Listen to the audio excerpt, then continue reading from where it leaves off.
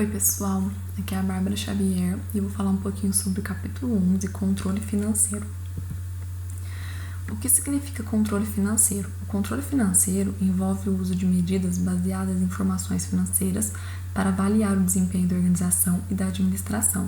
O foco pode ser em um produto, uma linha de produto, um departamento de uma organização, uma divisão ou toda a organização.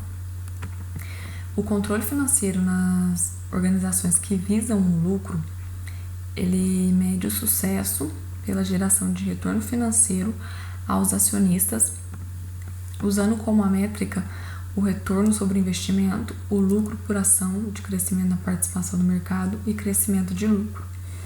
Já as que não visam lucro, o controle financeiro ele vai examinar os direcionadores de lucro como uma habilidade de organização para usar os ativos efetivamente e controlar os custos. Sendo assim, o controle financeiro ele exerce o papel do ciclo de planejar, fazer, checar e agir. O controle financeiro ele resume os resultados financeiros das operações e compara com os resultados planejados. Ele tem o propósito de identificar o porquê os planos não foram atingidos e fazer o ajustamento apropriado para que eles sejam atingidos futuramente. E aí vai ter o controle financeiro interno e o externo. O interno, os gerentes, eles usam as ferramentas para avaliar as unidades organizacionais e a informação resultante é usada internamente.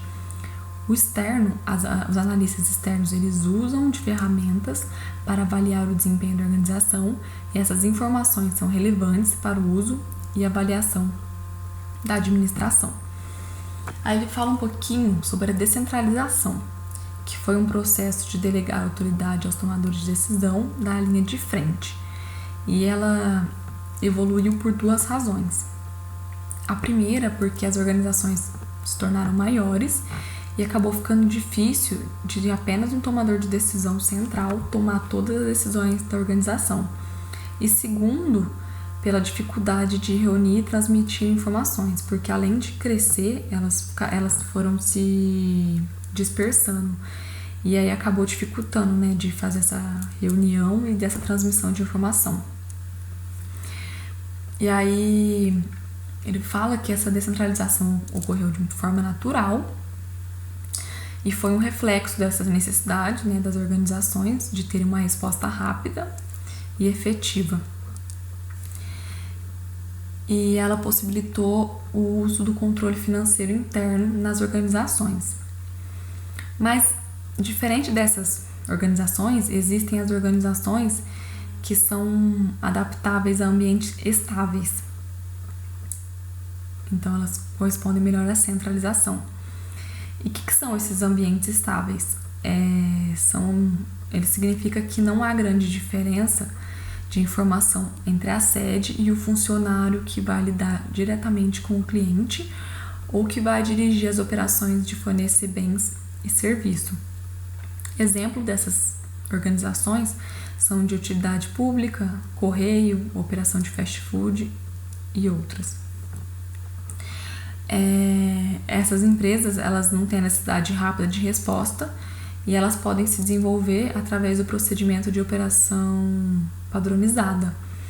Aí ele cita o exemplo da Mercedes, que ele fala que implementou na fabricação esse método de procedimento padronizado, que eles especificavam um método exato, detalhavam até os minutos em que os funcionários deveriam concluir as tarefas e que nenhuma variação era permitida.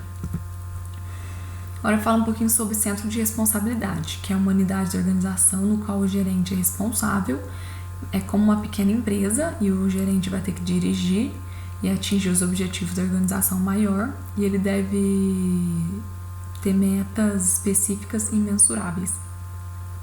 Exemplo desse centro são um hotel de uma rede de hotéis, um departamento dentro de uma universidade ou de uma faculdade, uma unidade de processamento de crédito dentro de uma seguradora, coordenando o centro de responsabilidade.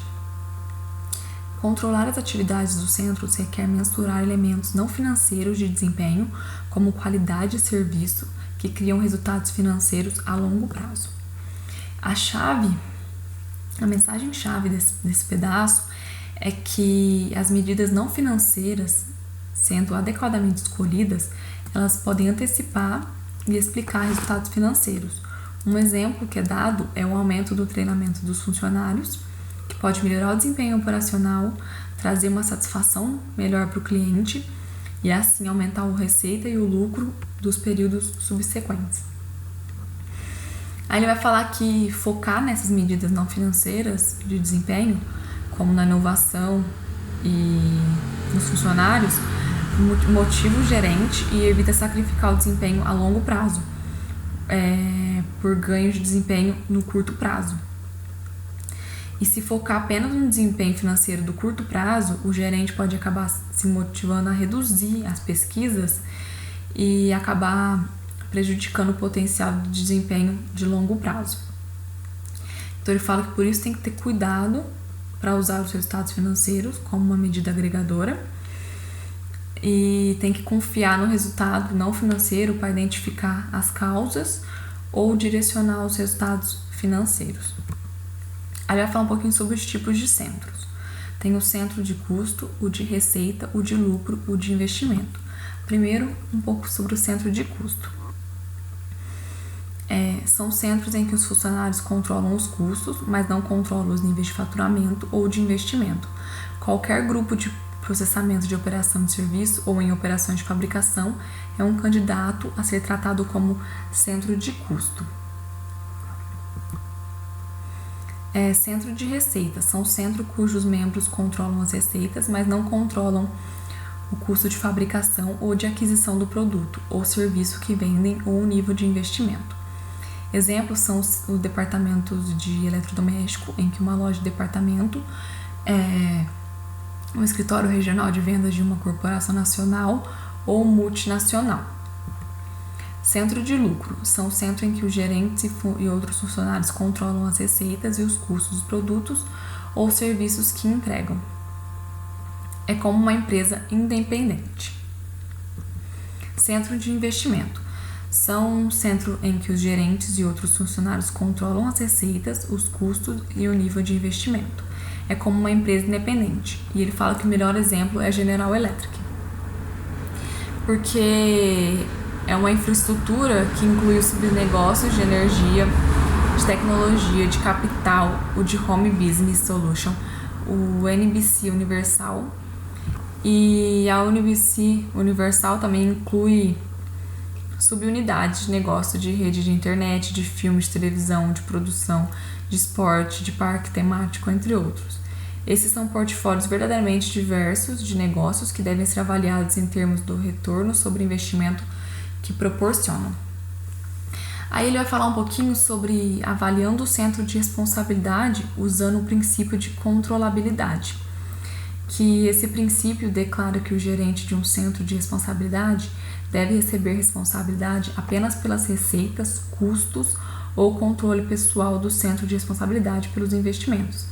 As receitas, os custos e o investimento que as pessoas externas ao centro de responsabilidade controlam devem ser excluídas da avaliação de desempenho do centro.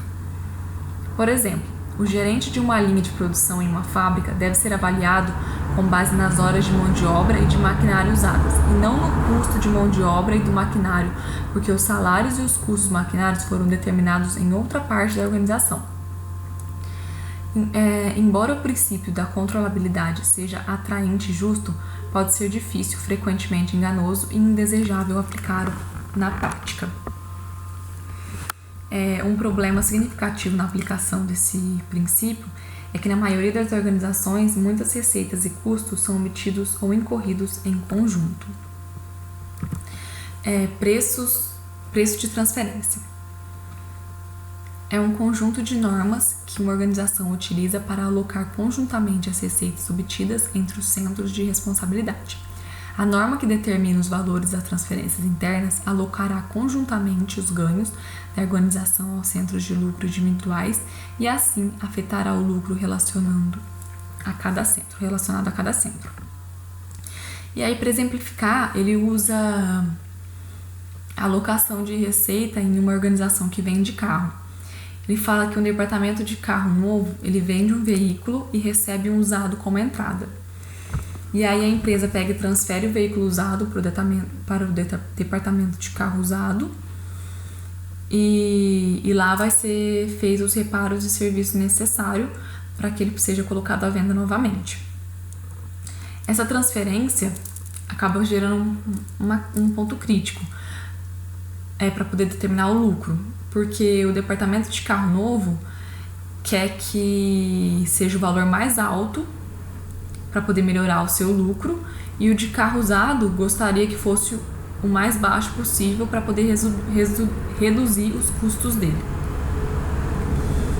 Aí ele vai abordagens para o preço de transferência. Há 4 principais abordagens para o preço de transferência: o de transferência baseado no mercado, o baseado no custo, o de transferência negociados e o de transferência administrado.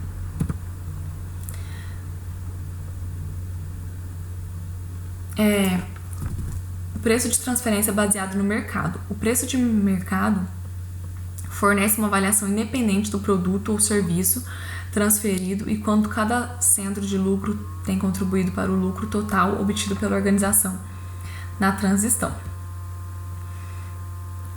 Baseado nos custos. Quando o bem ou serviço transferido não possuir um preço de mercado bem definido, uma alternativa é considerar o preço de transferência baseado no custo. O de transferência negociado. Na ausência de preço de mercado, algumas organizações permitem negociar o preço de transferência entre si. Os preços de transferência negociados refletem as perspectivas de controlabilidade inerente aos centros e cada um é responsável pelo preço que negocia. Os preços podem refletir a habilidade de negociação das duas partes em vez de considerações econômicas. Nesse caso, pode surgir problema quando os preços de transferência são negociados em razão desse tipo de situação, da barganha. Porque se levam a divisão de suprimento a desejar um preço superior ao preço ótimo e a divisão de recebimento a desejar um preço inferior ao preço ótimo. Quando o preço de transferência real for diferente do preço de transferência ótimo, a organização como um todo pode sofrer porque transfere um número de unidade menor e não melhor entre as duas divisões. O de transferência administrado. Um gerente que aplica alguma política de preço de transferência estabelece a transferência administrados. Frequentemente são utilizados em transações particulares que ocorrem frequentemente. Um exemplo que ele dá é o preço de mercado menos 10% ou o custo total mais 5%. Aí ele traz esse resumo das abordagens, com vantagem e problema. Sobre o preço de mercado, se existir um preço de mercado, ele é objetivo e fornece os incentivos econômicos apropriados. O problema é que pode não haver mercado ou pode ser difícil de identificar o preço de mercado apropriado porque o produto é difícil de classificar. O custo do produto. Geralmente é fácil ocorrer porque as medidas de custo frequentemente já estão disponíveis no sistema contábil. O problema é que há muita possibilidade de custo, mas qualquer outro custo que não o marginal não fornecerá o sinal econômico apropriado. O de negociado reflete os princípios de contabilidade e controlabilidade inerente ao centro de responsabilidade. O problema é que pode levar a decisão que não fornecem os maiores benefícios econômicos. E o de administrado é que ele é simples de usar e evita confrontações entre as duas partes no relacionamento de preço de transferência. O problema é que ele tende a violar o espírito de abordagem de responsabilidade. Agora ele vai falar um pouquinho sobre o critério de retorno sobre o investimento, que é um índice financeiro mais amplamente citado e utilizado, que é o índice de resultado do investimento. Ele é usado para avaliar o desempenho de um centro de investimento. E aí, são essas fórmulas abaixo.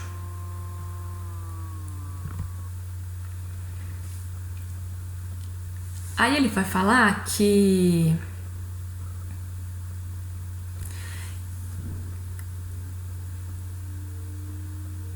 que o critério de retorno sobre investimento é um índice mais usado pela organização,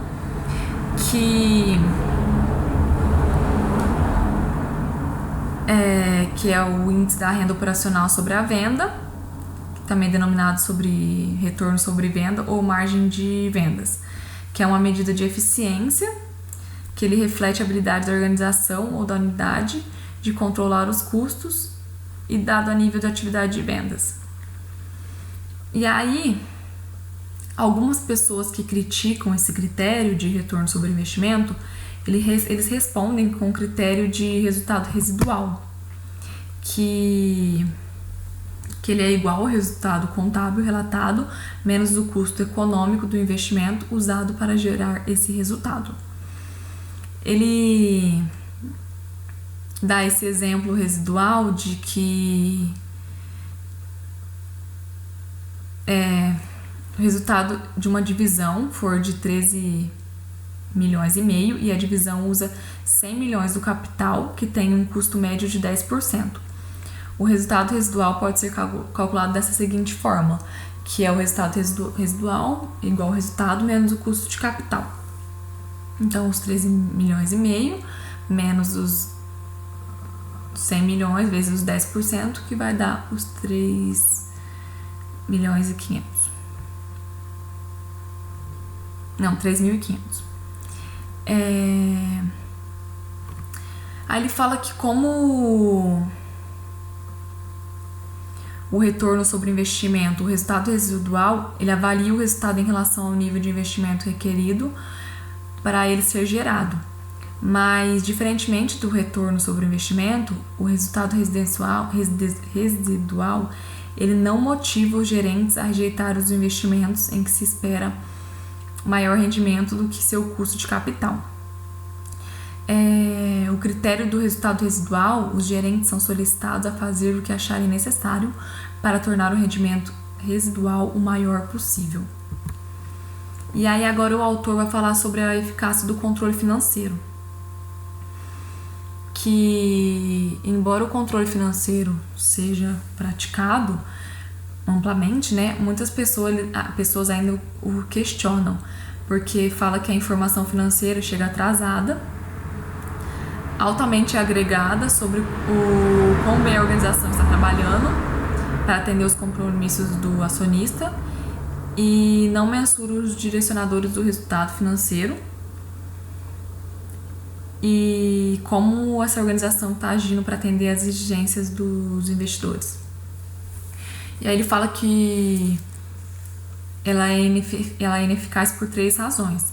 A primeira é que o controle financeiro ele foca em medidas financeiras que não mensuram outros importantes atributos da organização, como a qualidade do produto, velocidade pela qual a organização desenvolve a fabricação de produto, serviços ao cliente, habilidade em fornecer um ambiente de trabalho que motiva o funcionário e o grau pelo qual a organização atende a sua obrigação legal e social para a sociedade. Em razão desses elementos e de outros, promovem o sucesso a longo prazo da organização. Eles também precisam ser mensurados e monitorados. O argumento é que o controle financeiro mede apenas o resultado financeiro e não como esses resultados são atingidos. O segundo é que o controle financeiro mensura o efeito financeiro do nível global de desempenho atingido nos fatores críticos do sucesso e ele ignora o desempenho atingido nos fatores críticos do sucesso individual. Por esse motivo, muitas pessoas acreditam que o controle financeiro não sugere como uma melhoria o desempenho de fatores críticos do sucesso ou do desempenho financeiro. Os críticos, argumentam que na melhor situação o resultado financeiro agem apenas como um amplo sinal de quão bem a organização gerencia os fatores críticos do sucesso, que por sua vez geram um retorno financeiro. E eles argumentam que o controle efetivo começa medindo e gerenciando os elementos ou processos que criam retornos financeiros, em vez de mensurar os próprios retornos financeiros. E por último, ele fala que que o controle financeiro é geralmente orientado no desempenho do lucro a curto prazo, raramente foca na melhoria ou análise de tendência a longo prazo, mas ao contrário, considera quão bem a organização ou um de seus centros de responsabilidade desempenha nesse trimestre ou ano. E aí,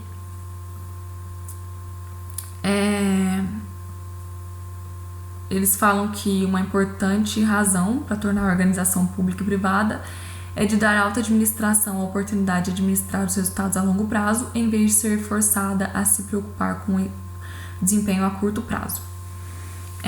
Resumidamente, ele fala que o controle financeiro é uma ferramenta importante para o controle eficaz da organização. Se usado apropriadamente, os resultados financeiros vão fornecer ajuda crucial para avaliar a viabilidade a longo prazo da organização e para identificar os processos que necessitam de melhoria. É uma ferramenta para ser apoiada por outras, uma vez que é apenas um resumo do desempenho. Então é isso, pessoal.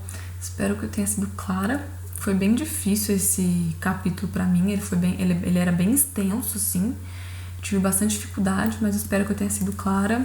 Obrigada. Tchau, tchau.